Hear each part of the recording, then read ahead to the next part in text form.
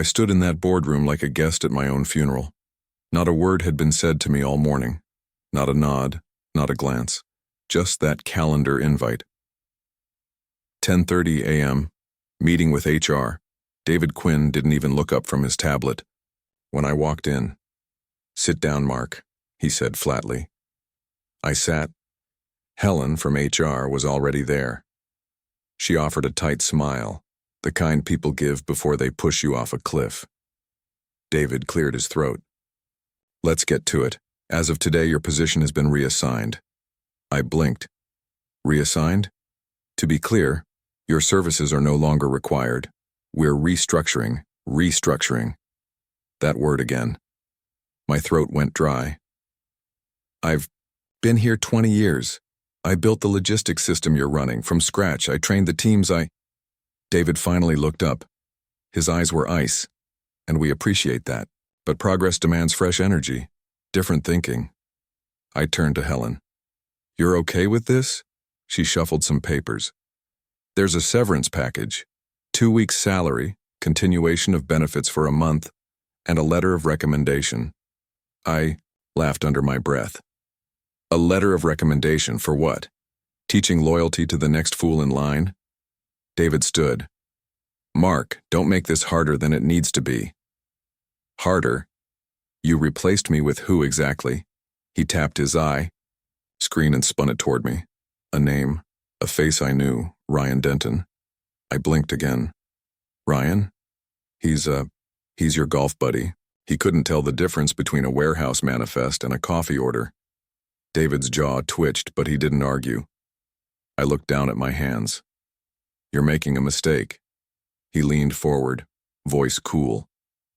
"Sometimes, Mark, mistakes are part of the process." I stood slowly. "So that's it, no warning, no review, just goodbye?" Helen offered the envelope. "Security will escort you." I looked between them. "Of course they will." I didn't say a word as I walked past the desks I once organized, the systems I once kept alive like a quiet pulse under the company's skin. People looked away. Some pretended they didn't see me. Cowards. At the elevator, I pressed the button with a calm hand. Inside, I exhaled. That's how it ends 2 decades, a handshake from no one. A chair that's no longer mine. As the doors slid shut, I caught a reflection of myself. Tired, graying, but steady. They think they're done with me. They think I'll disappear. My phone buzzed in my pocket. A message from my wife. "Did the meeting go okay?" I stared at the screen, thumb hovering, then I typed back, "Yeah." It went exactly the way I expected. And the funny thing is, it did. Because deep down I always knew David was the kind of man who didn't value roots and only leverage. And Ryan? He was the type who'd leap at any ladder, even if someone else was still standing on it. But what they forgot is this. I know where every bolt in that machine lies, every oversight, every corner they cut to look efficient on paper, and I know the inspectors are coming. So no, this story doesn't end here. It starts here, with me, walking out quietly, so I can come back strategically. You don't give 20 years to a place without it becoming part of your skin. I started in that building as a machine tech, back when the floor still echoed with metal and grease and not polished heels and glass. First one in, last one out. No fancy degree, just a toolbox, a notepad, and a mind that didn't like things breaking. I didn't climb. I built. From scratch. I rewrote the inventory protocols when they nearly lost $1 million in lost shipments. I rewired the plant monitoring system over Christmas weekend once because nobody else knew how. I trained kids who didn't even know how to read a wiring diagram, but I never raised my voice. Never asked for credit. And maybe that was the mistake. "Mark, hey," Maya whispered, sliding into the break room like she didn't want to be seen. I glanced up from my coffee. "Morning, Maya, you look like you're sneaking out of a crime scene." She laughed nervously. "Feels like it. You haven't seen the new procurement list, have you?" "No. Why?" They, removed your name as project lead on the Devron upgrade." I set my mug down. What? I thought it was a mistake. I asked Jerry, and he said, Maya. I leaned in. What's going on? She looked at the door, then back at me. I think they're shifting credit. Quietly. Like phasing people out without ever saying it. People? She bit her lip. You mostly. I sat back. So I'm a ghost now. No, Mark, it's not you. It's the new guys. Derek's name keeps popping up in meetings. Derek's been here, 3 months? Yeah, but he's close to David. Of course he is. That afternoon I passed Jerry in the loading dock. He was hosing down the concrete same way he'd done for years. You see the new shelving layout in Bay 2? I asked. He didn't look up. I saw it. You notice it's dangerously close to the emergency exits? I did. You tell. Anyone? No point. I stepped closer. What do you mean? Jerry looked up, slow and steady. People who point things out these days end up outside looking in. There was silence. Then he said, I always said they'd regret pushing you aside. Just wish I'd be around to see it. Next day in the team sink, something felt off. I walked in mid-discussion, and the room went still. Derek nodded like he owned the place. Hey, Mark, we were just reviewing the logistics handover. Handover? He smiled, casual. Yeah. David thought it was best to centralize some of the ops under my oversight. Keep it agile. I looked at Maya, but she wouldn't meet my eyes. Funny, I said. No one ran that by me. Oh, it must have slipped through. You know how fast things move now. Fast. Yes. Fast enough to erase 20 years before lunch. Later in the hallway, I caught Maya as she rushed by. Why didn't you say something? I asked.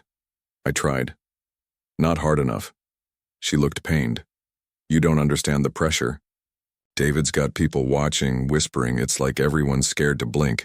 I'm not. I know. That's why they want you out. I took a deep breath. Let me ask you something. Okay. Did I ever treat you like you were less than capable? No. You're the reason I'm even still here. Then don't let them rewrite the script while I'm still breathing. She hesitated. What are you going to do? I didn't answer, because I didn't know yet. But I knew this. Something was being built behind my back, quietly, deliberately. And it wasn't just about ego anymore. They were setting me up for failure, before they even fired me, and that meant they were hiding something much bigger. I was finishing my coffee near the back dock when Jerry shuffled up beside me, hose in hand. Mark, he said quietly, eyes on the concrete. You hear who's got your job? I looked at him. I thought Derek was handling it. He shook his head. Nah, that was the warm-up. The real seat went to someone else. Just walked in this morning, Armani suit, too much cologne, goes by the name Kyle. I stared at him. Kyle? Tall, slick hair, loud laugh. Knew David from college, I heard. A chill ran through my spine. Wait, Kyle Mercer? Jerry gave a slow nod. Bingo. I hadn't heard that name in years. David's old frat buddy. No engineering degree, no logistics background, just a long list of failed startups and some flashy photos on golf courses.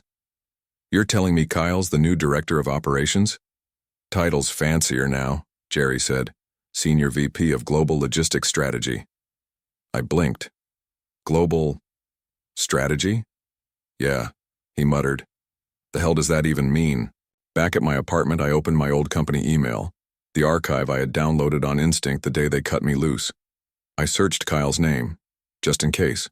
There it was. A chain of messages between David and HR dating back 6 months. Let's prep something internal so we can give Kyle a soft landing into Mark's department. Once Mark's out, bump the title on. We'll justify it with the Q4 expansion. Don't worry about the ops certs. Kyle's strengths are executive level. I stared at the screen. Executive level. That meant nothing. That meant golf.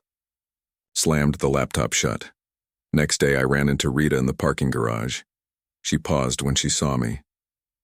Mark. Rita. Her voice was quiet. You doing all right? Just peachy. Lost my job, lost my title, and apparently my replacements. A guy who thinks a forklift runs on espresso. She hesitated. I didn't vote for it. I never said you did. Still, she glanced around. It wasn't personal. They just wanted someone closer to David. Closer or more obedient. Her lips tightened. You know how this place works. Better than anyone. I wrote the damn blueprint they're walking on. She gave me a look. Not pity, not guilt. Something in between. Don't go loud, Mark. Not yet. Why not? Because something's brewing. And if you burn the place down now, you won't be standing when it collapses.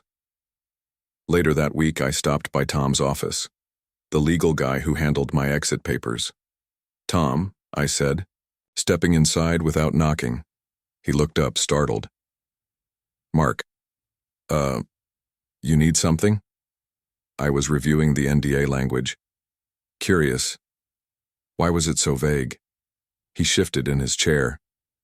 That's standard. No, it wasn't. I've seen standard. This was padded. Silence. You were told to do it that way, weren't you? He cleared his throat. I don't know what you're implying. David told you to keep it broad, so I couldn't fight, couldn't raise questions. I can't confirm that, but you're not denying it. He sighed. Mark, look, I've got 2 kids in college. I don't like how this played out, but I also can't afford to be idealistic. I nodded slowly. Neither could, until I had nothing left to lose. That night I sat on my couch with a whiskey in one hand and the old floor schematics in the other. I'd spent years plugging holes in their operations, fixing what they broke before anyone noticed. They never documented it properly. They just knew. Ask Mark. Well, Mark was gone now, and guess what? Nobody asked. You don't scream in a storm, I thought. You study the wind, and you build your shelter first.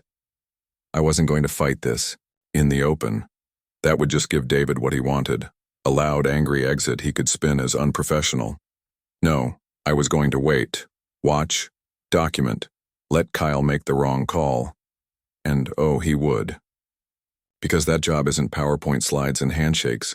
It's timing, pressure, knowing which valve bleeds air first when the system hiccups at 3 a.m. Kyle wouldn't last 3 months, and when the inspections came, I'd be ready. You don't plan revenge overnight. Not if you want it to matter. I didn't want screaming or lawsuits or viral posts. I wanted them to feel it, slowly, in the quiet way the floor gives way beneath your feet, just as you're smiling at the top. And that meant starting small, silent, strategic. I called Leo on a burner line. Leo, it's Mark. There was a pause. Didn't expect to hear from you. They finally pay you what they owe? Not exactly. I need information. You still got access to those receipts from Q3? The ones with the pressure valve order? You mean the ones Kyle pushed through? Without specs? Yeah, I kept a few. For reasons like this? I need them. Every document with his signature, especially anything rushed. Think you can meet? You buying the coffee? I smiled. Always. We met in a forgotten diner off Route 14. Leo slid a folder across the table. I kept the whole trail. Emails, approvals, even the vendor response. David's buddy signed off on pressure valves rated for consumer-grade warehouses. I flipped through it. That's illegal. This system runs at 10 times the threshold. Leo nodded. Exactly. If they burst, it's not just a compliance issue. It's a safety one. My jaw clenched. How many were installed? Last I heard, 12. I sat back. Perfect. That night I dug through my old backup drives, every version of the original safety matrix I'd written. Kyle had deleted them off the server when he came in, but I had copies. I pulled up the vendor compliance sheet, highlighted all the mismatches. Then I drafted an email. Anonymous sender, encrypted, titled, Urgent, Operational Discrepancies in Facility 04. but I didn't send it yet. I had more to do. Next morning, I visited Monica, an old inspection officer turned consultant. She answered her door in sweats and glasses, coffee in hand. "Mark? Damn, it's been a minute. Too long. You here for small talk or a war?" I grinned. "Bit of both." She gestured inside. "All right, tell me everything." I laid the papers out on her kitchen table. After 20 minutes of silence, she said, "This is bad. These documents, and if they're real, this isn't just shady. It's a reportable offense. They're real, I've triple-checked." She glanced up. "And you want this reported through the proper channels?" "No, I want it triggered." Her eyebrow raised. "Inspection week?" I nodded. "The day Kyle gives the board his everything's perfect speech." She sat back. "You're evil." "Efficient," I corrected. She laughed. "All right, you've got yourself a ghost inspector." Later that week, I reached out to Rachel, an external auditor and an old friend of Maya's. We met at a bakery near the South Plant. She stirred her tea. "You know I'm not supposed to take sides. I'm not asking you to. I'm asking you to do your job better than anyone else, and sooner than they expect. What exactly am I looking for?" I slid her a flash drive. Start with the equipment audit trail, then follow the maintenance logs. Every shortcut Kyle's taken is in there. Rachel studied the drive. "Maya still working on the inside?" "She is." Quietly. "She'll drop a breadcrumb or two. The rest is up to you. You realize if they catch her, they won't." Rachel looked me dead in the eye. "You're playing chess while they're tossing dice." "I've had time to plan." She smirked. "I'll let you know what I find." That night, Maya called from a blocked number. I uploaded the flagged log to the internal review system. Did it trigger anything? Not yet, but it's marked for Kyle's attention. I paused. "How's he holding up?" "Arrogant as ever. He keeps bragging about his clean board presentation." "Good." She hesitated. "Mark, he doesn't suspect a thing." "He won't." "That's the point."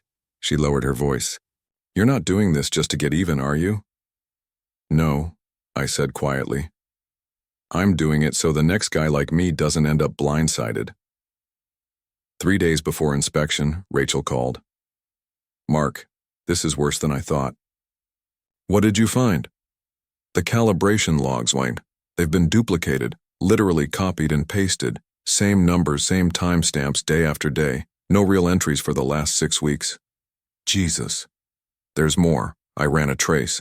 The entries were submitted from Kyle's login. He forged the data himself? Or someone did it for him? Either way, it's enough." I exhaled. "You ready to act?" "On inspection day?" "No. The night before. I want them to wake up to it." The night before inspection, I sent the email, not to one inspector, to all of them, Monica included. Each message contained the same subject. "Flagged facility for surprise review. Whistleblower info enclosed." Attached were documents, photos, logs, signatures, and one sentence. "This is not retaliation. This is prevention." Inspection morning. I sat 2 blocks away in my car watching. Black SUVs rolled up to the front entrance.